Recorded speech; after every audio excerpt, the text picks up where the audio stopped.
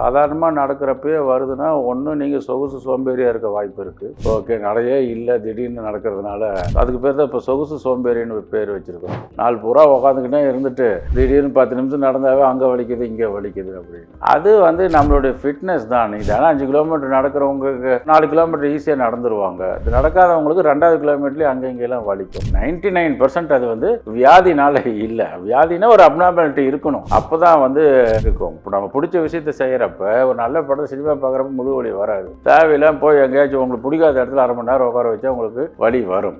இதெல்லாம் இயற்கை. அது நம்ம எடுத்துக்கிற விதம் தான். புதி வலிங்கிறது வந்து பிளான்டார் ஃபேஷியைட்டிஸ்னு சில பேர்த்துக்கு அந்த அடிமட்டத்தில் லேசாக எலும்பு வளரும், அதை சுற்றி உங்களுக்கு நீர் ஃபார்ம் ஆகும், இன்ஃப்ளமேஷன் ஃபார்ம் ஆகும். அது சில டைம் டயபெட்டிஸ்னால வரலாம், சில டைம் யூரிக் ஆசிட் கவுட்னால வரலாம், சில டைம் அந்த இடத்துல இருக்கிற தசைகள் நஞ்சு போய் நேரடியாக எலும்பு படுறதுனால வரலாம். ஓகே, இல்லை அன்ஈவன் சர்ஃபேஸில் மேடு மொழியில் நடந்து அடிபடுறதுனால வரலாம்.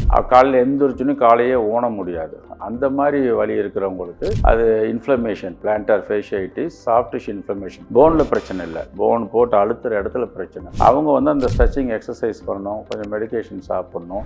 சில பேர்த்துக்கு வந்து செப்பல் வீட்டுக்குள்ளேயும் போட வேண்டி வரும். அது இப்போ கொஞ்சம் அதிகமாக இருக்கிறதுக்கு காரணம் நம்ம மேடு பள்ளத்தில் நடக்கிறது கம்மியாகிட்டே வருது. எல்லா இடத்துலையும் ஸ்மூத்தான இடத்துல நடக்கிறோம். ஸோ அதனால் இப்போ வந்து இப்போ ஏன் லிஃப்ட்டை யூஸ் பண்ணுறோம்? படிக்கட்டு யூஸ் பண்ணுறது நல்ல விஷயம்தான்.